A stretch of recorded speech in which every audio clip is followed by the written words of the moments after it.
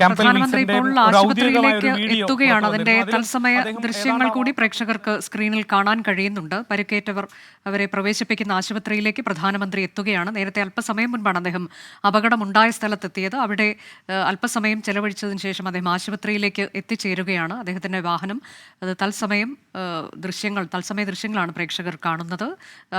Ahmedabad mayor പ്രധാനമന്ത്രിയോടൊപ്പം ഉണ്ടായിരുന്നു. പക്ഷേ അവർ ഈ ഘട്ടത്തിൽ പ്രതികരിക്കാൻ തയ്യാറായിട്ടില്ല. എയർ ഇന്ത്യയുടെ CEO ക്യാമ്പൽ വിൽസണും ഇന്ന് അല്പസമയം മുൻപ് ദുരന്ത സ്ഥലത്തെത്തി. അദ്ദേഹവും പ്രതികരിച്ചിട്ടില്ല. കൂടുതൽ പ്രതികരണങ്ങൾക്കായി നമ്മൾ കാത്തിരിക്കുക കൂടിയാണ്. ഇപ്പോൾ പ്രധാനമന്ത്രി ആശുപത്രിയിലേക്ക് എത്തിക്കൊണ്ടിരിക്കുകയാണ്.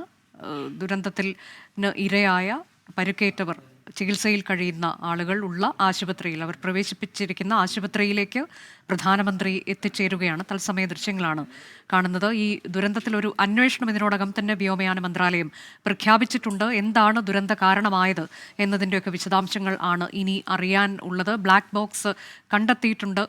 ബോക്സ് കണ്ടെത്തിയിട്ടുണ്ട്. അത് വളരെ നിർണായകമാണ്. സാങ്കേതിക പ്രശ്നങ്ങൾ ഉണ്ടായിട്ടുണ്ടോ, ഒപ്പം അവസാന നിമിഷം പൈലറ്റുമാർ തമ്മിൽ എന്താണ് സംഭാഷണം നടത്തിയത് എന്നതുൾപ്പെടെയുള്ള വിശദാംശങ്ങളൊക്കെ ഈ ബ്ലാക്ക് ബോക്സിൽ ഉണ്ടാകും എന്നാണ് കരുതുന്നത്. ആ തരത്തിലേക്കൊക്കെയുള്ള നിർണായകമായ വിവരങ്ങൾ ഇനി പുറത്തു വരാനിരിക്കുന്നതേയുള്ളൂ. പ്രധാനമന്ത്രി അല്പസമയം മുൻപ് ദുരന്ത സ്ഥലത്തെത്തി ഇപ്പോൾ ആശുപത്രിയിലേക്ക് എത്തുകയാണ്.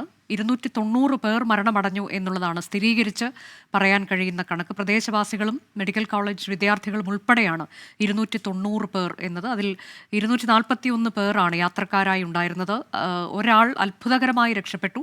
ആ ദൃശ്യങ്ങളൊക്കെ നമ്മൾ ഇന്നലെ തന്നെ കണ്ടതുമാണ്. 241 പേർ മരിച്ചു എന്നത് എയർ ഇന്ത്യയും സ്ഥിരീകരിച്ചിട്ടുണ്ട്. വിശ്വാസ് കുമാർ രമേശ് എന്നയാളാണ് ദുരന്തത്തെ അതിജീവിച്ചത്. അദ്ദേഹവും ആശുപത്രിയിൽ ചികിത്സയിൽ കഴിയുന്നുണ്ട്. പ്രധാനമന്ത്രി ഇപ്പോൾ ആശുപത്രിയിലേക്ക് എത്തിയിരിക്കുന്നു.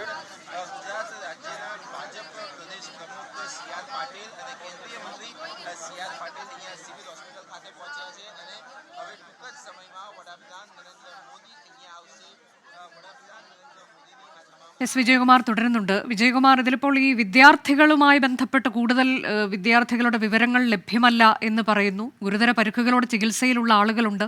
ഇനിയും തിരിച്ചറിയപ്പെടാതെ പോയ ആളുകളുണ്ട്. അപ്പോൾ അങ്ങനെ ആ തരത്തിലേക്കൊക്കെ ഇതിൽ വലിയൊരു ആശങ്കയും ആശയക്കുഴപ്പവും ഒക്കെ അവശേഷിക്കുന്നുമുണ്ട്.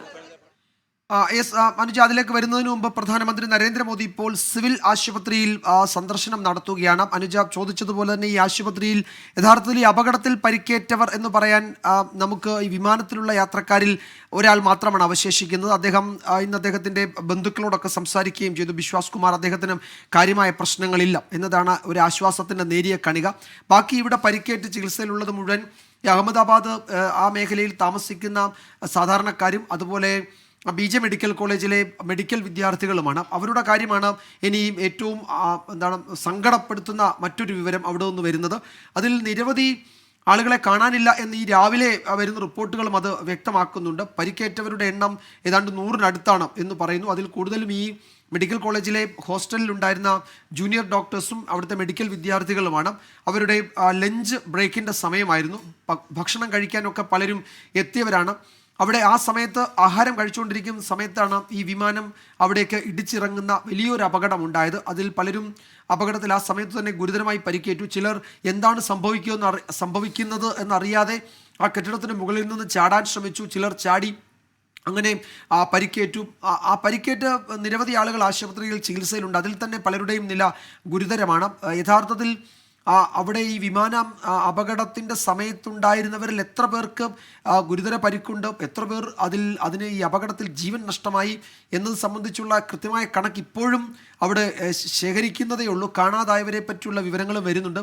അതുകൊണ്ട് നമ്മൾ യഥാർത്ഥത്തിൽ ആ ഹോസ്റ്റൽ കെട്ടിടം, നമ്മൾ ആ ദൃശ്യങ്ങളിലൊക്കെ കാണുന്ന കഴിഞ്ഞ ദിവസവും ഇന്ന് രാവിലെയും ഒക്കെ കണ്ട ആ ഹോസ്റ്റൽ കെട്ടിടം യഥാർത്ഥത്തിൽ മറ്റൊരു ദുരന്ത ഭൂമിയായി അവിടെ മാറുകയാണ്. അപ്പോൾ എനിക്ക് തോന്നുന്ന പ്രധാനമന്ത്രി നരേന്ദ്രമോദി അവിടേക്ക് സിവിൽ ആശുപത്രിയിലേക്ക് എത്തുമ്പോൾ അവിടെ പരിക്കേറ്റ് ചികിത്സയിലുള്ളതിൽ അധികവും ആ ഹോസ്റ്റലിൽ നിന്നുള്ള മെഡിക്കൽ വിദ്യാർത്ഥികളും ആ പ്രദേശത്ത് ആ സമയത്തുണ്ടായിരുന്ന നാട്ടുകാരുമൊക്കെ ആയിരിക്കും.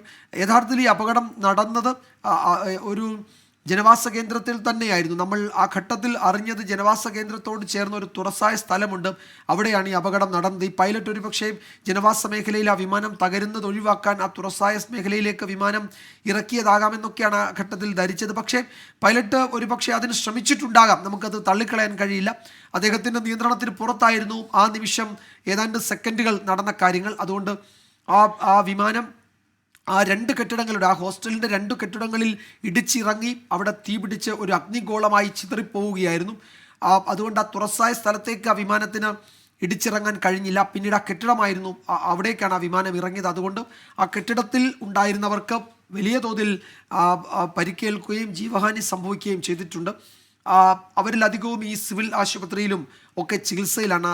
ഒരുപക്ഷെ പ്രധാനമന്ത്രി അവരുമായി അതിൽ പലരുമായും സംസാരിക്കും എന്നാണ് കരുതുന്നത്. അവിടേക്കാണ് ഇപ്പോൾ അദ്ദേഹം എത്തിയിരിക്കുന്നത്. ഈ സംഭവ സ്ഥലം സന്ദർശിച്ചതിന് ശേഷം അവിടേക്കാണ് പ്രധാനമന്ത്രി ഇപ്പോൾ എത്തിയിരിക്കുന്നത്. വിജയ് രൂപാണിയുടെ വീട്ടിൽ അദ്ദേഹത്തിൻ്റെ ബന്ധുക്കളെയും ഭാര്യയും മകളെയും കാണാൻ പ്രധാനമന്ത്രി പോകും എന്ന റിപ്പോർട്ടുകൾ കൂടിയുണ്ട്. അദ്ദേഹത്തിൻ്റെ ദീർഘകാലത്തെ സഹപ്രവർത്തകൻ കൂടിയാണ് വിജയ് രൂപാണിയെയും ബന്ധുക്കളെയും കാണാൻ അദ്ദേഹം പോയേക്കും എന്ന വിവരമുണ്ട്. അഹമ്മദാബാദിൽ ഉന്നതതല യോഗത്തിൽ മുഖ്യമന്ത്രിയും ഉദ്യോഗസ്ഥരുമൊക്കെ പങ്കെടുക്കുന്ന ഉന്നതതല യോഗത്തിൽ പ്രധാനമന്ത്രി പങ്കെടുക്കുന്നുണ്ട്. ഈ ക്യാമ്പൽ വിൽസൺ പ്രധാനമന്ത്രിയെ കാണുന്നുണ്ടോ എന്നതിലൊരു സ്ഥിരീകരണമില്ല. അതൊരു പക്ഷേ ഒരു ആകാംക്ഷയാണ്. എയർ ഇന്ത്യയുടെ CEO ആണ് ക്യാമ്പൽ വിൽസൺ എന്ന് മാധ്യമങ്ങളെ കണ്ടിരുന്നില്ല. ആ സംഭവ സ്ഥലത്ത് നിന്ന് ഏതാണ്ട് ഒന്നും സംസാരിക്കാതെയാണ് ക്യാമ്പൽ വിൽസൺ മടങ്ങിയത്. പ്രധാനമന്ത്രിയെ കാണുമോ എന്നതിൽ ഒരു സംശയമുണ്ട്. അദ്ദേഹം പ്രധാനമന്ത്രിയെ കാണാൻ ശ്രമിച്ചേക്കും എന്ന് ചില സ്ഥിരീകരിക്കാത്ത വിവരങ്ങളുണ്ട്. അദ്ദേഹത്തെ ടാറ്റ സൺസ് ചെയർമാൻ ചുമതലപ്പെടുത്തിയിട്ടുണ്ട്. പറ്റുമെങ്കിൽ പ്രധാനമന്ത്രിയെ കാണണം എന്നൊരു സന്ദേശം അദ്ദേഹത്തിന് കിട്ടിയിട്ടുണ്ട് എന്നൊക്കെയുള്ള റിപ്പോർട്ടുകൾ വരുന്നുണ്ട്. സമൂഹ മാധ്യമങ്ങളിലൊക്കെയാണ് അത്തരം റിപ്പോർട്ടുകൾ വരുന്നത്. നമുക്ക് അതിലൊരു സ്ഥിരീകരണവുമില്ല. തന്നെയുമല്ല, എയർ ഇന്ത്യയിലെ ഉന്നതരെ കാണാൻ പ്രധാനമന്ത്രി ആഗ്രഹിക്കുന്നുണ്ട് എന്ന വിവരവും വരുന്നുണ്ട്. ഇതിനൊന്നും ഒരു സ്ഥിരീകരണവുമില്ല. ഒരുപക്ഷേ ഉന്നതതല യോഗത്തിൽ ക്യാമ്പൽ വിൽസൺ പങ്കെടുത്തേക്കും. അദ്ദേഹത്തിൻ്റെ ഒരു എയർ ഇന്ത്യയുടെ ഒരു വിശദീകരണം, ടാറ്റ സൺസിൻ്റെ ഒരു വിശദീകരണം ഉണ്ടായേക്കുമെന്ന വിവരം വരുന്നുണ്ട്. നമുക്ക് ഈ ഉന്നതതല യോഗത്തിലെ തീരുമാനങ്ങൾക്ക് വേണ്ടി കാത്തിരിക്കാം. പ്രധാനമന്ത്രി എന്തെങ്കിലും ചില തീരുമാനങ്ങൾ ഇവിടെ പ്രഖ്യാപിക്കുമോ എന്നറിയില്ല. ഈ മരണമടഞ്ഞവർ, ദുരന്തത്തിന് ഇരയായവർ, അവരുടെ ബന്ധുക്കൾക്കുള്ള സഹായം ഉൾപ്പെടെയുള്ള കാര്യങ്ങളിൽ എന്തെങ്കിലും തീരുമാനമെടുക്കുമോ എന്ന് അറിയില്ല. ടാറ്റ സൺസ് പ്രഖ്യാപിച്ചിരിക്കുന്നത് 1 കോടി രൂപയാണ്. അപകടത്തിൽ പരിക്കേറ്റവരുടെ ചികിത്സ അത് ഏറ്റെടുക്കുകയും ചെയ്തിട്ടുണ്ട്.